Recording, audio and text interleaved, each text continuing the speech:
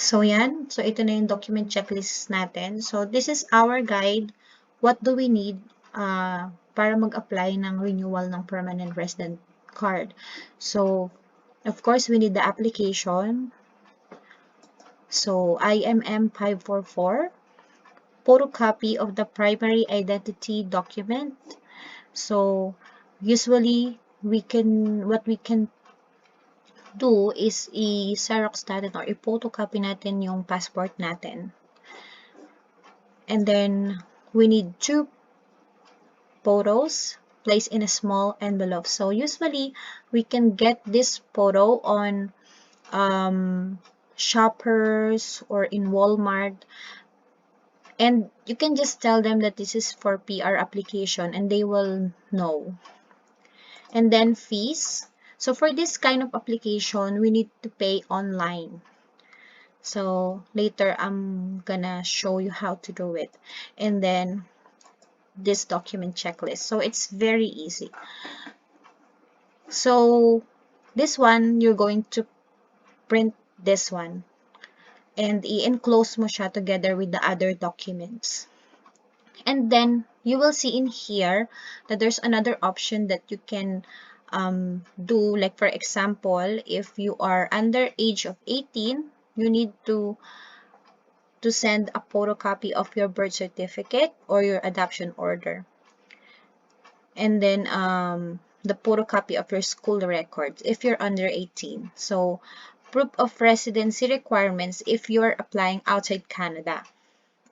And then, this one I did the last time I renew my PR card, yung legal change of name. Because before, when I got my PR, I already got married that time. But the problem is my primary identity document, which is my passport, it's still on my last name when I was single. So I can't change my legal name right away in the PR card. So right now, na nabago ko na yung passport ko, in my passport, it's already Mercado. So I can apply for a legal change of name. So all I have to do is just send my passport that shows that I already changed my last name, and another thing that I send is the marriage certificate. So it will show that the reason of changing name is because I got married. Ayan. And then meron din silang if you want to change your sex or your gender. So yan. But this one, yung apat na ito talaga yung pinaka required. Okay. So, we're going to the permanent resident card form, which is, it's right here. So, it's, ano lang siya, basic information. So, yung UCI number, what I did is just nilakdawan ko na lang siya. I just leave it blank. It's not really necessary to fill it out. So, this one, English, and then, this one is important because you need to know when did you got your PR. So you will see this date on your PR card or in your papers, like the certificate of permanent residency yata ang tawag doon. And then you have to check which one you want to do. Like, do you want to renew your present, or did you lose or stolen or destroy, or you never receive your permanent resident card? And then this is number 4. You need to put your family name, your last name, and your given name. So the number 5, just gonna fill this out if you want to change your legal name. So ito yung ginawa ko before because I changed my last name to my husband, so that's why I filled this one out. And then your gender, of course, your birthday, and your country or territory of birth. So if I'm born in the Philippines, you're gonna put Philippines in here, and of course Filipino citizenship natin. And then color of your eyes, your height, and then your present residential address. So, why there is two, like current residential address in Canada and mailing address? Kasi yung iba kasi, iba yung tinitirahan nila, so kung saan nila gustong mapunta yung mail nila. So, if it's the same, we're just gonna fill the number 12 and just leave number 13 blank. And then, you can put your name and your email. And then your current marital status. Your immigration history. So, place you become a resident of Canada. So, you're gonna put in here, for example, for us, we went to US, exit ng US, so you're gonna put port of entry here. But some people I know, they just get their permanent residency in Service Canada here in Edmonton. So you're gonna put Edmonton and Alberta here. So you're just gonna answer 17 and 18 yes or no. And then let's proceed to personal history. So this one is a little bit hard for me because makakalimutin ako. So this one, if you need to remember only 5 years. 5 years. Or if you become residents less than 5 years ago, your address history since becoming a permanent resident. So, lahat ng naging address mo, so from kung kailan ka tumira doon until lumipat ka, and then your address. So, this one is very easy for those people who's not going everywhere. Like, I mean, hindi nagpapalipat-lipat ba. And then, number 20 is the work and educational history inside and outside Canada.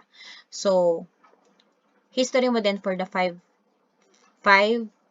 past 5 years. So, where did you work?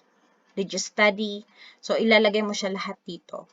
And then, guys, if you need another space, kasi there's only 4 here, ang gagawin mo lang is just print the specific page. So, for example, you need another space here to the question number 19. Just gonna print the page 2 of 4, the page 2, and then you're just gonna attach it. So, same with number 20 if you need more space. Okay, so number 21 is the travel history. So, this one actually we didn't fill it out kasi we never get out of the country since we live in Canada. So, since 2013, we never go anywhere. So, yun. So, this is a little bit hard if you're going outside in Canada for the past years na naging PR ka. But, ang kailangan lang naman is tandaan mo. And then, you will see there's a number of days here. Kasi ito naman para lang malaman kung ilang araw, ilang days ka nawala sa Canada. So ilalagay mo lang kung if you want to authorize the IRCC to collect your history from the CBSA. So mag-yes tayo dyan. So yes lang natin yan. Number 24, yes. And then we're gonna put the our SIN number here. And declaration of applicant. So this is the last stage. You just print this one and put your signature, or if you have a Adobe signature, you can do that too. And meron ditong kumbaga is parang reminder.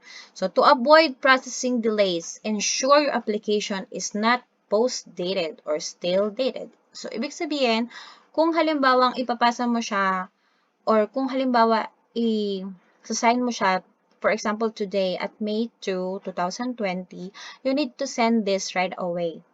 Kasi kapag masyado siyang stale na siya, yung masyado na siyang matagal, it will cause your processing of your renewal. So, ayun po. So, this last section, this is actually, we're just gonna complete this one if you're applying to replace a lost, stolen, destroy, or never received PR card. So, if you're just applying for a renewal, you don't need to fill this out. So, yun lang, guys. So, another reminder is, kung makita nyo dito, is please fill out the following form. You cannot save data type into this form. So, this form is actually protected. So, kapag ka nag-fill out ka nito at isi-save mo siya, you can't save it. Ang mangyayari is blanco lang siya. So, my advice is you're going to print the whole thing, the whole thing na tinype mo dito, and then after that, you can get a photocopy. Ipo-photocopy mo siya for your records, or what you can do is photocopy mo siya and then pwede mo siyang scan and then save to your computer. Yun. So, that's the number 1 na kailangan natin. So, number 2 is yun nga, photocopy of primary identity document, so passport, and then yung ating photo, and then yung fees. So, yung fees, ganito siya, guys.